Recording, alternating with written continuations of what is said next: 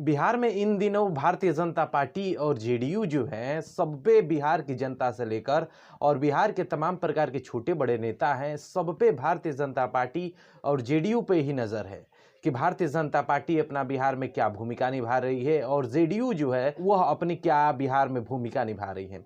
लेकिन इसी बीच जो नए मुख्यमंत्री बने हैं सम्राट चौधरी, चूंकि भारतीय जनता पार्टी के वो नेता हैं, वह देश के प्रधानमंत्री से मिले और मिलकर तमाम प्रकार की बातें कहे और बातें कहते हुए नितिन नवीन से भी मिले और उनसे भी बात किए। लेकिन उसी बीच जो है बिहार के पूर्व मुख्यमंत्री नीतीश कुमार भी बैठक किए थे और उस बैठक में जो है कई चर्चाएं हुई और साथ में ये भी बात कहा गया कि 202 सीट हमें जीतना है, यह बातें कहें।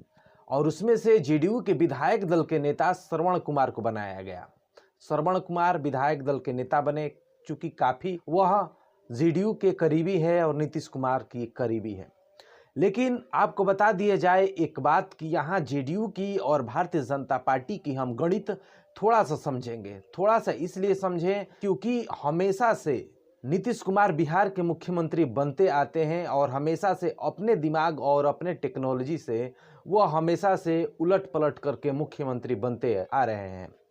और बिहार की जनता से लेकर और जेडीयू के कई बड़े विधायक हैं, उनमें यह उम्मीद जगी है कि आने वाले समय में निशांत कुमार बिहार का मुख्यमंत्री बन सकते हैं। इसमें कोई शक नहीं कि जेडीयू के जो विधायक हैं वह उम्मीद नहीं लगाए हैं। लेकिन हम यह बात नहीं कह सकते कि आने वाले समय में नीतीश कुमार बिहार का मुख्यमंत्री बनेंगे। यह बात कहना एक तरफ से आने वाले समय में सही नहीं होगा, क्योंकि निशांत कुमार पे सबकी निशाना है और जेडीयू के कई जो नेता हैं उन पे निशाना है कि शायद जेडीयू आगे चलकर अपना एक अलग भूमिका निभाए। लेकिन आपको बता दिया जाए कि जिस प्रकार से नीतीश कुमार हमेशा से मुख्यमंत्री बनते आ रहे हैं और उनकी उम्र कुछ ज़्यादा हो गई और वह राज्यसभा चले गए, अभी जेडीयू को संभालने वाले निशांत कुमार हैं। लेकिन जेडीयू के नेताओं को यह साफ साफ बात पता होगा कि नीतीश कुमार जिस जाति से हमेशा से अपना अच्छा भूमिका बनाते हैं और जिस समीकरण से नीतीश कुमार जीतते आ रहे हैं, वह समीकरण को शायद जेडीयू के नेताओं को यह बात पता होनी चाहिए। बिहार के पूर्व मुख्यमंत्री नीतीश कुमार दो जातियों से ज़्यादा अपना भूमिका निभाते आते हैं। कोयरी और कुर्मी दो ऐसे जाति हैं जो अपना एक अलग भूमिका निभाते हैं और हमेशा से खुलकर नीतीश कुमार पे वोट करते हैं। और वही कोयरी और कुर्मी जो हैं वह हमें दिखाई नहीं दे रहे हैं। बिहार में कोयरी और कुर्मी की भूमिका बहुत ही कम दिखाई दे रही है। आपको बता दिया जाए कि अभी जो बिहार के मुख्यमंत्री हैं वह सम्राट चौधरी हैं और सम्राट चौधरी जो है वह भारतीय जनता पार्टी से हैं। जेडीयू में उनकी बहुत ही कम भूमिका है, ना के बराबर हम कह सकते हैं। और उधर जो उप मुख्यमंत्री हैं विजेंद्र, वह जो है वो भी जेडीयू से हैं, लेकिन वह अपनी क्या भूमिका निभा पाएंगे यह आप जान ही पा रहे होंगे। उनके हाथ में हम यह कह सकते हैं कि 8 विभाग हैं। वहीं जो बात करें विजेंद्र यादव के पास, तो विजेंद्र यादव जो है यह बात आप भली भांति जानते हैं कि बिहार में आरजेडी जो है लालू प्रसाद यादव की पार्टी, तो आज भी बिहार का समीकरण यह चलता है कि हमेशा से यादव जो हैं वो हमेशा से लालू प्रसाद यादव को 80% यादव वोट करते हैं। और वहीं जो विजेंद्र यादव उप मुख्यमंत्री है तो उनका वोट बैंक सीधे हम यह कह सकते हैं कि वह आरजेडी के पास जाएगा। और बचते हैं विजय चौधरी, अपना भूमिका क्या निभाएंगे वो चीज़ तो आप देख ही पा रहे होंगे।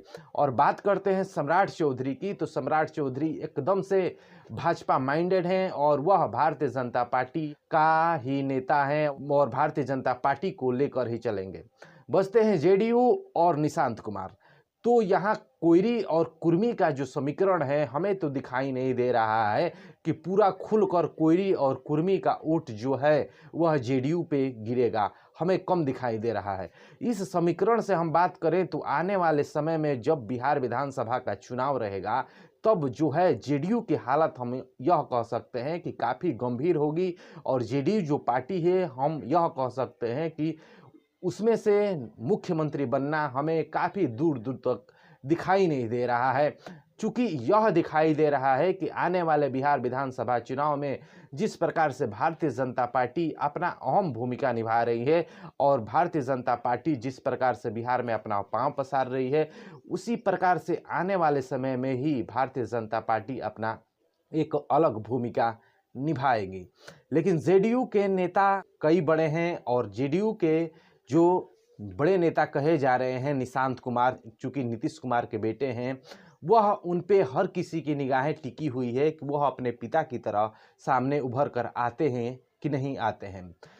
बिहार में जाति समीकरण बहुत प्लस पॉइंट पे चलता है, जो जिस जाति का होता है उस पे दबाकर वोट मारता है, इसमें कोई समझौता नहीं है।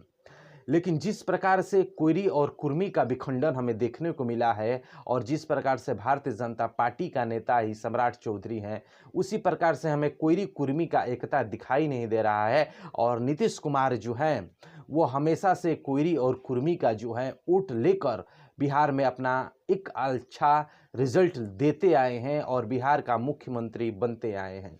लेकिन अभी वह पॉइंट देखने को नहीं मिल रहा है और अभी जो है जिस प्रकार से विजय चौधरी को उप मुख्यमंत्री बनाया गया है और वहीं सम्राट चौधरी के हाथ में 29 विभाग दिए गए हैं, विजय चौधरी के हाथ में 10 विभाग दिए गए हैं और विजेंद्र यादव के हाथ में 8 विभाग दिए गए हैं।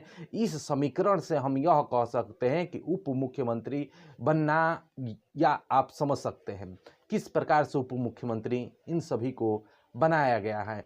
विजय चौधरी जो है वह खुलकर भारतीय जनता पार्टी पे अपना कोई स्पीच नहीं कर सकते और वहीं जो विजेंद्र यादव हैं वो भी भारतीय जनता पार्टी पे खुलकर अपनी हमला नहीं बोल सकते। आने वाले समय में कहीं ना कहीं हम यह कह सकते हैं कि अमित शाह की और भारतीय जनता पार्टी की जो रणनीति है वह सीधा सीधा दिखाई दे रही है कि किस प्रकार से जेडीयू को एक खड़े पिलर पर खड़ा किया गया है और जेडीयू को जो उप मुख्यमंत्री बनाए गए हैं जेडीयू कोटे से 2 मंत्री, वह किस प्रकार से आने वाले समय में अपना भूमिका निभा पाएंगे आप समझ सकते हैं। और नीतीश कुमार जो हैं जब भारतीय जनता पार्टी में नहीं थे और अभी जो नीतीश कुमार भारतीय जनता पार्टी में हैं, तभी हमेशा से कोयरी और कुर्मी का प्लस पॉइंट लेकर नीतीश कुमार को मुख्यमंत्री बनाया जाता था और नीतीश कुमार बिहार के मुख्यमंत्री बनते आते थे और अपने तरीके से और अपने दिमाग से हमेशा से मुख्यमंत्री नीतीश कुमार बनते जाते थे।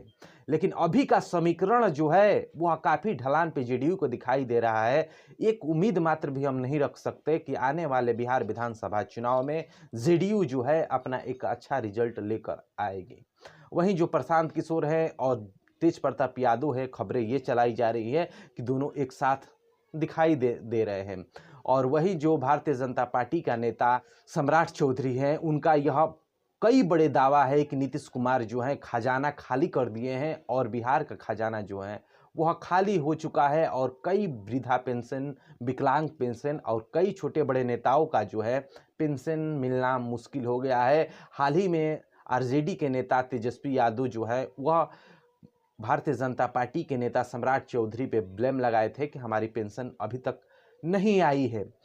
चूँकि वहीं जो है भारतीय जनता पार्टी का नेता सम्राट चौधरी भारतीय रिजर्व बैंक से लोन लेने की बातें कही जा रही है। खैर इन सभी बातों को छोड़ते हुए हम बात करेंगे जेडीयू और भारतीय जनता पार्टी का जो समीकरण है उस पे आने वाले बिहार विधानसभा चुनाव में जेडीयू अपनी क्या प्रस्ताव लेकर उभरेगी और जिस प्रकार से भारतीय जनता पार्टी अपना बिहार में भूमिका निभा रही है, क्या हम यह कह सकते हैं कि आने वाले बिहार विधानसभा चुनाव में जेडीयू अपना मुख्यमंत्री दे पाएगी बिहार में, जेडीयू एक अच्छा भूमिका निभा पाएगी बिहार में, या हम यह कह सकते हैं कि भारतीय जनता पार्टी ही बिहार में अब राज करेगी।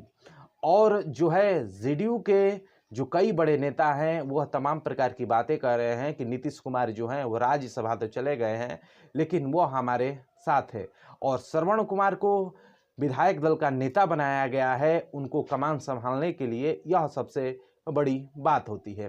फिलहाल इन सभी विषयों पे आपकी क्या राय है कि क्या जेडीयू जो है बिहार में अपना एक मुख्यमंत्री दे पाएगी आने वाले समय में या भविष्य में कभी भी, या भारतीय जनता पार्टी अपना बिहार में एक प्लस पॉइंट बनाती जाएगी? इस विषय में आपकी क्या राय है? अपनी राय हमें जरूर साझा करें और ऐसे ही न्यूज, ऐसे ही वीडियो के लिए हमारे चैनल को सब्सक्राइब जरूर करिए। अगले टॉपिक पे फिर आपसे हम मिलते हैं, तब तक के लिए धन्यवाद। जय हिंद, जय बिहार।